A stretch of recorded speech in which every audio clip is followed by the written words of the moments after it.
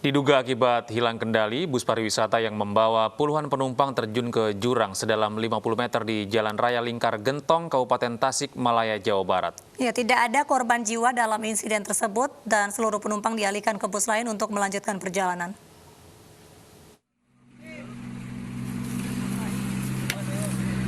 Satu unit bus pariwisata yang membawa puluhan penumpang rombongan karyawan kafe tujuan Bandung Pangandaran terjun ke jurang di Jalan Raya Lingkar Gentong, Kecamatan Kadipaten, Kabupaten Tasikmalaya, Jawa Barat, Selasa dini hari.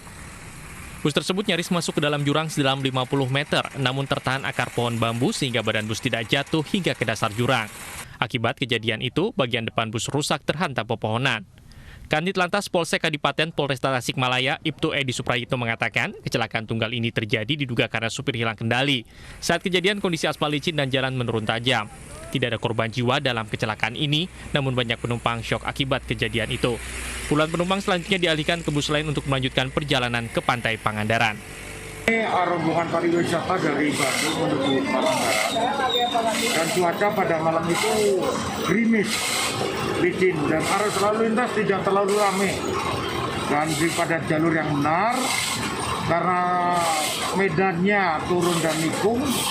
Pada saat itu direm ban posisi belok kanan, namun karena licin jadi kendaraan ini terus berjalan ke depan sehingga dengan pelan-pelan masuk jurang.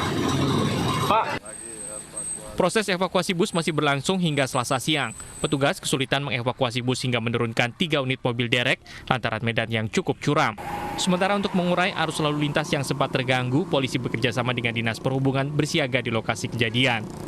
Dari Tasikmalaya, Jawa Barat, Asep Juharyono, iNews melaporkan.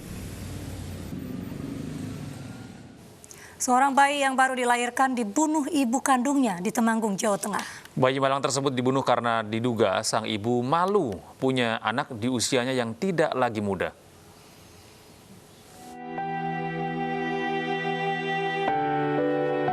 Beginilah kondisi bayi malang yang baru lahir dan dikubur di kebun warga di Temanggung, Jawa Tengah. Bayi yang baru dilahirkan tersebut diduga dibunuh oleh ibu kandungnya lantaran malu memiliki anak di usia tua. Pelaku berinisial P berusia 42 tahun, dikenal sebagai sosok pendiam dan tertutup.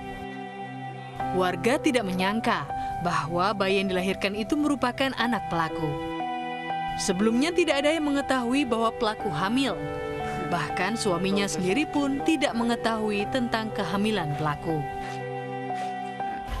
Nggak tahu, lagian kan jarang ketemu, soalnya akhir-akhir ini juga dia nggak keluar, je.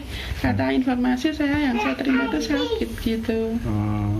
Berarti nggak nyangka Bu kalau ada tindakan itu dari pelaku ini? Wah, nggak nyangka, benar-benar nggak nyangka kalau istilahnya Mbak Pon sampai ibaratnya senekat itu, je.